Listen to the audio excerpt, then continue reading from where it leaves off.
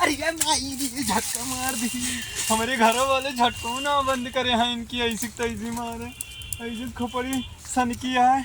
मेरे बाप का बोला थे अपनो चड्डी सींचा तहाँ खेत हम सिंचावा तहाँ चड्डी में बतावल हमार टिन्ना फाड़ दे यहाँ। हे माई हो बचावा धारा बाका बार बार बार बार भग भग भग भग बरे सेक ली भैया।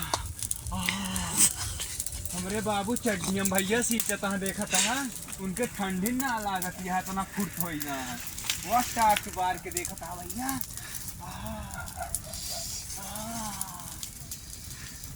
बहन की आग बरता देखा था भैया जोन झटका मारे समा देंगे हिल के बतावा दी।